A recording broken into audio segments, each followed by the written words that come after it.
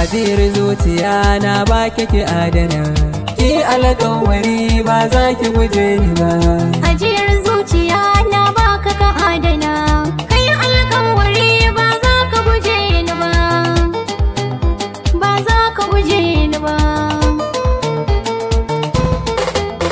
Komai da na mallaka na ba ki je da shi, kuma ko haji za na je. Ko biyu da ni da kai. Da za ki ga zahiri yadda na yi miki tanadi in za ni ƙasar waje. Ko biyu da ni da kai. Na tana da lokaci da gwari domin wake, ki biyo ni ki zo mu je.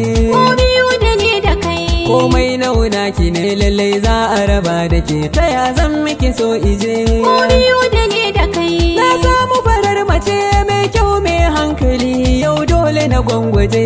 Ko biyu da ni da kai. Ko ina kin mamaye ni ban da gurin fita, don ta yi gara huni kaunar ki a zuciya, kaunar ki a zuciya.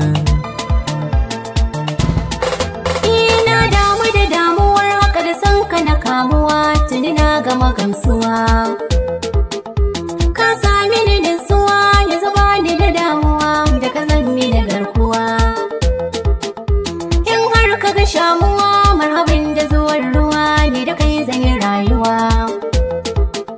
Sakana da daruruwa, san baya gidayuwa, ni zan je na gasar kuwa.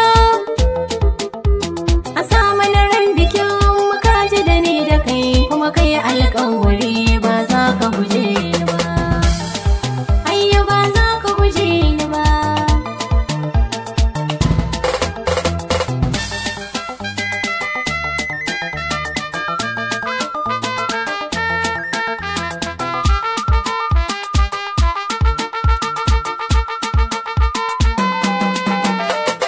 Ajiyar zuciya na baka ka adana, kai alƙawari ba za ka guje ni ba.